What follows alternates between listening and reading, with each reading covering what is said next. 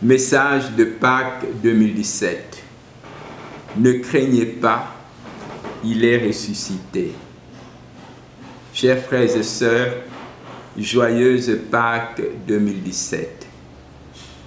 Alors que le pays connaît déjà une crise économique sévère et des divergences graves au sein de la classe politique entraînant un blocage, nous sommes profondément peinés de constater la multiplication des foyers d'insécurité et de violence qui se généralisent sur la quasi-totalité du territoire national. Plus proche de nous, nous déplorons aussi ceux qui détruisent la vie des autres. Des hommes armés volent et tuent. Ceux que nous appelons communément Kuluna volent et cassent. Le non-respect des morts devient une pratique courante. Constatant que les voleurs sont impunis, les gens se font justice en éliminant purement et simplement les voleurs par des coups de main ou par le supplice du feu. Bien-aimés du Seigneur, c'est dans ce contexte que nous vivons la fête de Pâques cette année. C'est dans cette atmosphère que l'ange, debout à côté du tombeau de Jésus, nous dit joyeusement: ne craignez pas, il est ressuscité. Parole pleine d'espérance.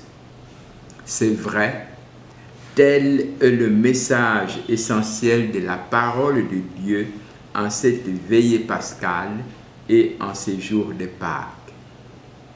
La parole de Dieu en cette veillée pascale et en ces jours de Pâques nous invite à ne pas perdre courage, car Christ a vaincu le monde. Dans sa lettre aux Romains, Saint Paul nous dit: ressuscité d'entre les morts, Christ ne meurt plus. La mort n'a plus de pouvoir sur lui. Le livre de la Genèse nous présente Dieu créant le monde et tout ce qu'il renferme. Le livre de l'Exode nous relate la libération du peuple hébreu de l'esclavage en Égypte. Le prophète Isaïe nous parle de l'amour de Dieu pour son peuple. Dieu aime son peuple comme un époux aime son épouse. Dieu se donne tout entier pour que son peuple vive. Dieu veut que son peuple ait la vie. L'Épître aux Romains nous rappelle que par notre baptême, nous sommes passés de la mort à la vie, des ténèbres à la lumière. Et les actes des apôtres mettent en évidence la puissance de Dieu qui a ressuscité Jésus d'entre les morts. Les divers textes évangéliques annoncent que c'est lui que les Juifs ont crucifié et enterré et à jamais vivant, grâce à la puissance de Dieu. En résumé, Pâques nous invite à éloigner de nous tout ce qui nous mène à la mort et à la destruction, notamment la haine, la jalousie, la calomnie, le faux témoignage, la fausse accusation et les rivalités pour vivre dans l'amour. Pâques nous invite à sortir des ténèbres pour entrer dans la lumière.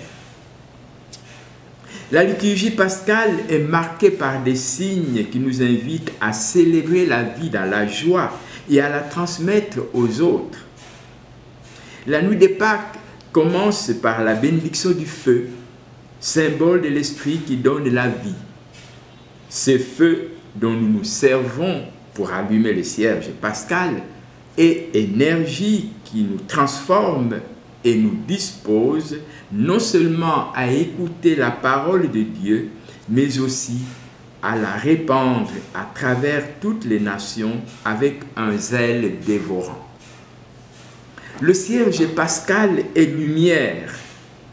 La lumière éclaire, chasse la nuit, rassure dans la peur et met dans la vérité.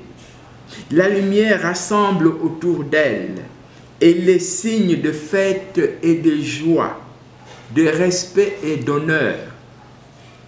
Le cierge pascal symbolise le Christ qui illumine le monde, qui est lumière pour éclairer les nations. Enfin, à la veillée pascale, on bénit l'eau. L'eau purifie. Elle est source de vie, capable de transformer un désert en verger florissant.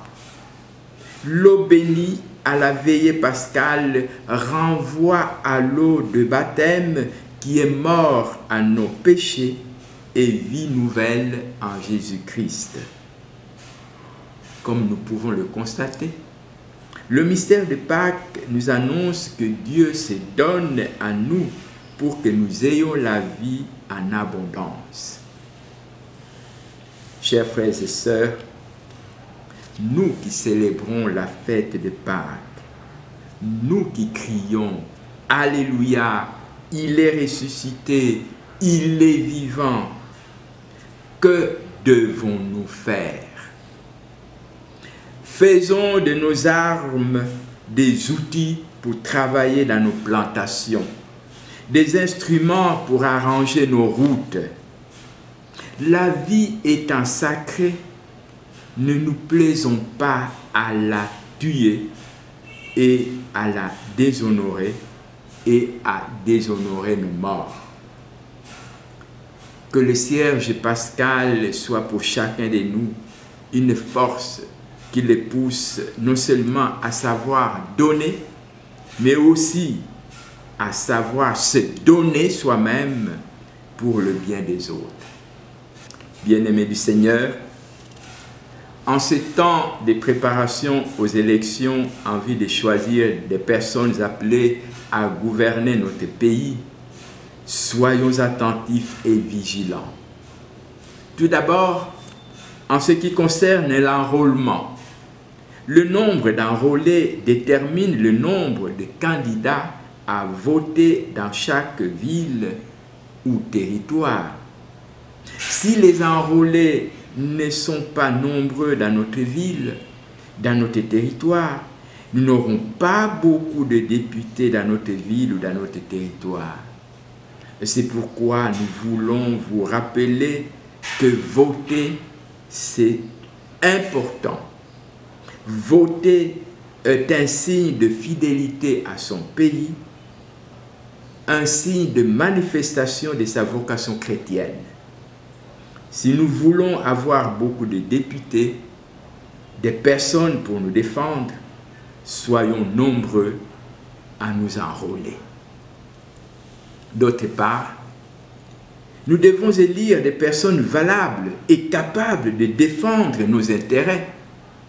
Je ne cesse de le répéter, celui ou celle qui aime son pays ne se reconnaît pas par sa capacité de dépassement pour s'élever au-dessus des autres, mais plutôt par la faculté qu'il a de s'abaisser, de servir par amour, de se faire petit avec les petits.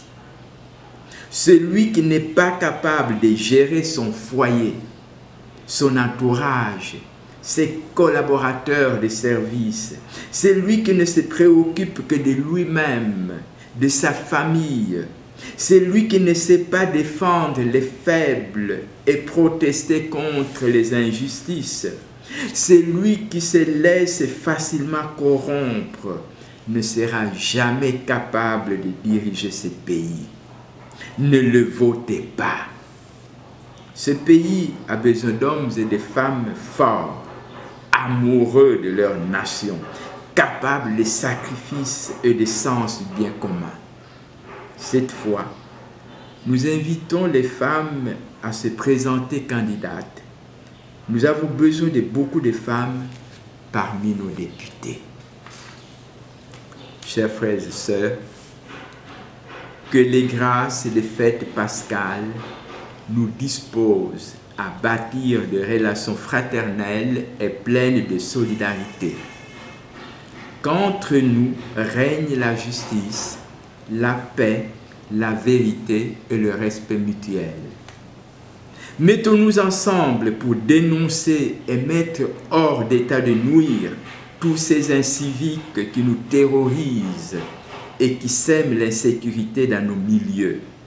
Dénonçons ces femmes qui abandonnent leurs nouveau-nés, ces familles qui rejettent leurs enfants ou leurs membres de famille affaiblis par l'âge. Nous, chrétiens, faisons triompher la vie en la protégeant sous toutes ses formes, en rendant le bien pour le mal, en pardonnant à ceux qui nous offensent et en priant pour ceux qui nous persécutent. En cette nuit bénie de la résurrection du Seigneur, je souhaite à vous tous d'heureuses et saintes fêtes pascales et j'implore sur chacun et chacune de vous les bénédictions du Très-Haut. Ce message est donné en l'église cathédrale Notre-Dame de l'Assomption, Boma, le 15 avril, veillée pascale, Mbouka Cyprien, évêque de Boma.